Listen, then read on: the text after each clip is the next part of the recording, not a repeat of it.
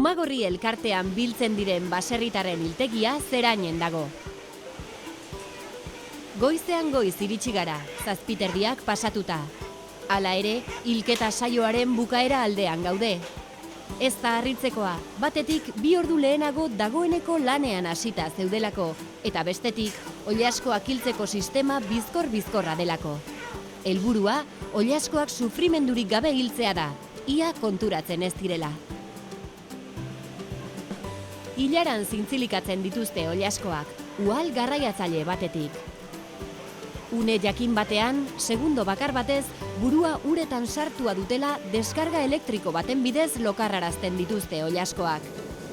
Jugularra moztuta, kitxo haien bizitza.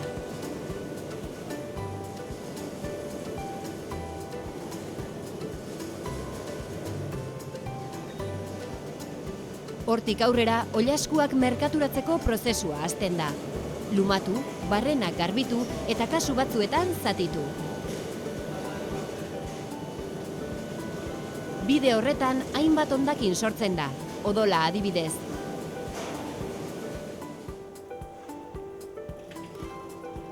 Ontziratu ondoren, teknikara bidali dute, Teknimil proiektuan erabil dezaten.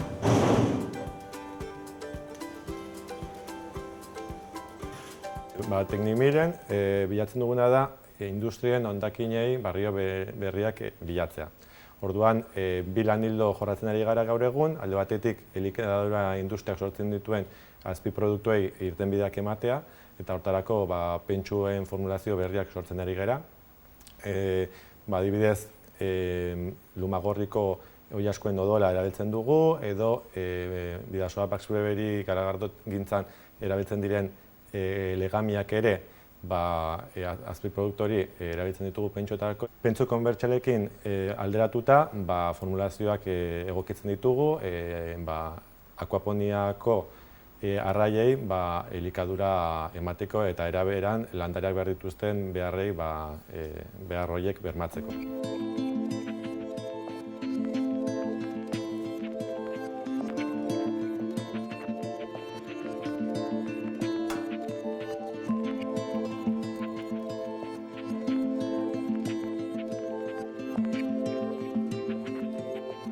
Beraz, arrainak hazteko erabiliko da zeraindik ekarritako oilasko odola, noski beste osagai batzuekin nahasian jarrita. Hona hemen errezeta. Aurrez lehortutako txanpiñoiak, oilasko odola, garagardogintzan erabilitako legamien hondarrak, olo ehotua, lezitina eta olioa.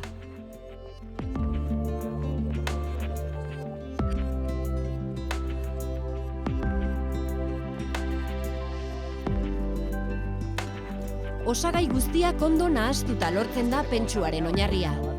Orain, nahasketari pentsu forma emateko prozesua hasten da. Egin dugun nahasketa, egingo duguna da, makina honetatik zehar sartu. Hau da, errota koloidala edo molino koloidal deitzen da. Honek egiten duena da, likidoa pasa, 2 harriren tartean, oso tarte oso estua daukatenak, eta nola abiadura handian giratzen duten. Orduan, likidoan dauden gai solido guztiak txiki-txiki egin galatuko dira, eta dena galituko da pasta fin bat bezala.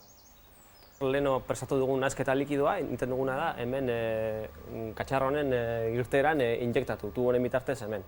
Hau da, gas erregailu bat, gas erregailu pultsantea edo deitzen dena, zein da zer egiten du, gas erregailu guztietan bezala, aire sarrera badaka, baina aire sarrera hori egiten dugu 100 piko aldiz segunduko itxi eta ireki.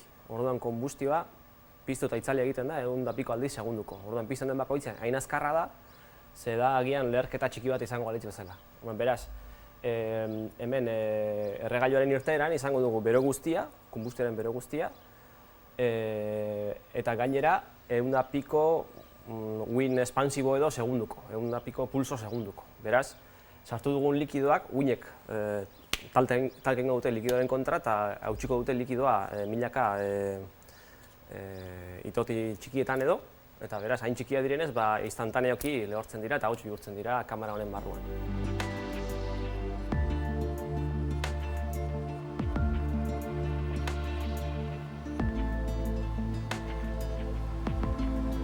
Pentsua egiteko saioak aurrera jarraitzen du.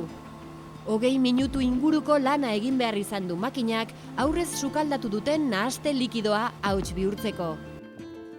Emaitza makinaren azpialdeko edukiontzira atera da, metalezko hormetan itxatxita. Prozesua hala ere ez da bukatu.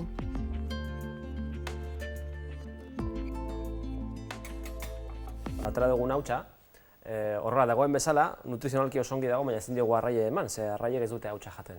Beraz, beste bolatxo forma bat edo pellet forma bat eman behar diagu. Horretarako egiten duguna da, sartu hautsa makina hontan. Hau da, extrusora edo extrusio prozesu bat. Egiten du, indar handiarekin sartzen da hemengo tubo hontan, pentsua, eta ateratzen da hemen espageti bat bezala. Eta orduan motor honek espagetiak zati txikietan mozten ditu. Eta beraz, bukaeran ateratzen da bolatxo edo pellet formarekin. Eta horri arraiek ja gustora jaten dute.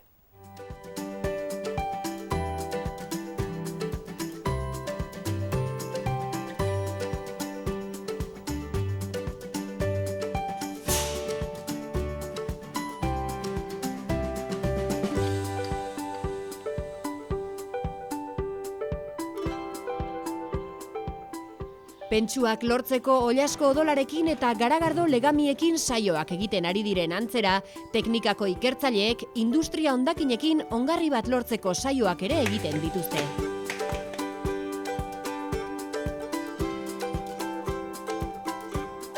Adibidez, papergintzako hondakinekin beste lan ildo bat jorratzen ari gara ongarriak bilatzeko.